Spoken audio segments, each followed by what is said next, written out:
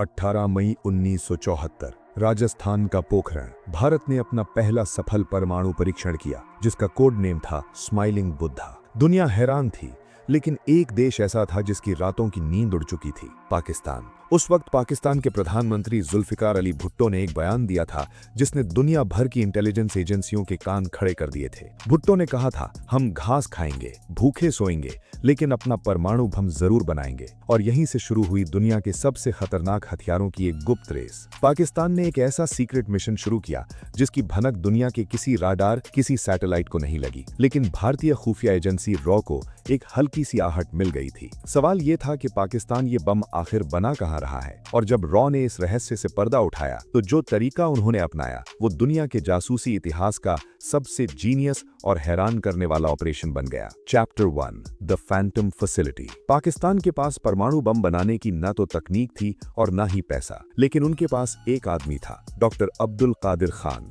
Doctor Khan Netherlands की एक top secret nuclear facility Urenco में काम करते थे। उन्होंने वहां से यूरेनियम एनरिचमेंट के ब्लूप्रिंट्स चुराए और पाकिस्तान वापस लौट आए। 1970 के दशक के अंत तक रॉ के पास खुफिया रिपोर्ट्स आने लगी कि पाकिस्तान ने यूरेनियम एनरिचमेंट शुरू कर दिया है, लेकिन लोकेशन क्या है? रॉ के तत्कालीन चीफ के शंकर नायर ने अपने सबसे बेहतरीन एजेंट्स को इस काम पर लगा दिया। महीनों की मशक्कत के बाद रॉ एजेंट्स ने एक पैटर्न नोटिस किया। रावलपिंडी से करीब 50 किलोमीटर दूर पहाड़ों के बीच एक छोटा सा और गुमनाम शहर था, कहूटा। यहाँ अचानक से पाकिस्तानी सेना का मूवमेंट बहुत ज्यादा बढ़ गया था। कहूटा को एक अभेद्य किले में बदल दिया गया था। परिंदा भी वहां पर नहीं मार सकता था। फ्रांस के एक राजदूत ने गलती से उस इलाके के पास जाने की कोशिश की थी, तो पाकिस्तानी सेना ने उसे बुरी तरह पीटा था। ये साफ था कि कहूटा के अंदर कुछ बहुत बड़ा चल रहा है, लेकिन बिना किसी ठोस सबूत के भारत दुनिया के सामने ये दावा नहीं कर सकता था। रॉ को एक ऐसे सबूत की जरूरत थी जो 100% साइंटिफिक और अकाट्य हो। चैप्टर 2,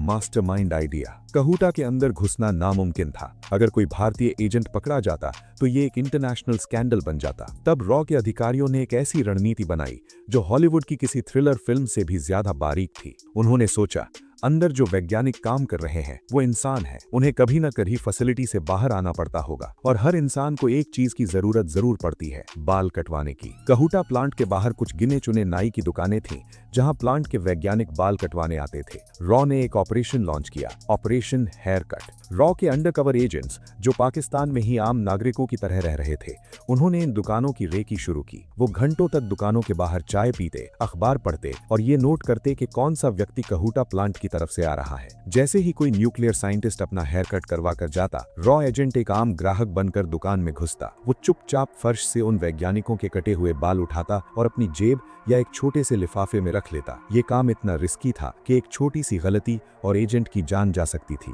लेकिन उन्होंने ये किया। Chapter 3, scientific conformation. बालों के इन सैंपल्स को बेहद गुप्त तरीके से डिप्लोमेटिक बैग्स के जरिए भारत लाया गया, और जब ये सैंपल्स भारत की टॉप सीक्रेट लेबोरेटरीज में पहुंचे तो वहां असली खेल शुरू हुआ। बालों की खासियत ये होती है कि इंसान जिस माहौल में रहता है उसके रेडिएशन और केमिकल्स का असर बालों के डीएनए और स्ट्रक्चर में लॉक हो जाता है। भारतीय वैज्ञानिकों ने इन बालों पर मास स्पेक्ट्रोमेट्री और डीप केमिकल एनालिसिस किया। नतीजा, उन बालों में वेपन्स ग्रेड यूरेनियम और प्लूटोनियम के बारीक ट्रेसेस पाए गए। ये कोई साधारण यूरेनियम नहीं था जो बिजली बनाने के काम आता है। ये वो यूरेनियम था जिससे परमाणु बम बनता है। भारत की लैब ने साबित कर दिया कि पाकिस्तान कहूटा में एक न्यूक्लियर बम बना रहा है, बिना एक भी गोली चलाए, बिना प्लांट के अंदर कदम रखे। रॉ ने पाकिस्तान का सबसे बड़ा जियोपॉलिटिकल राज खोल दिया। Chapter 4, the tragic climax. Israel की खुफिया एजेंसी मोसाद भारत के साथ मिलकर कहूटा प्लांट को तबाह करने के लिए एक एयर स्ट्राइक का प्लान बना रही थी।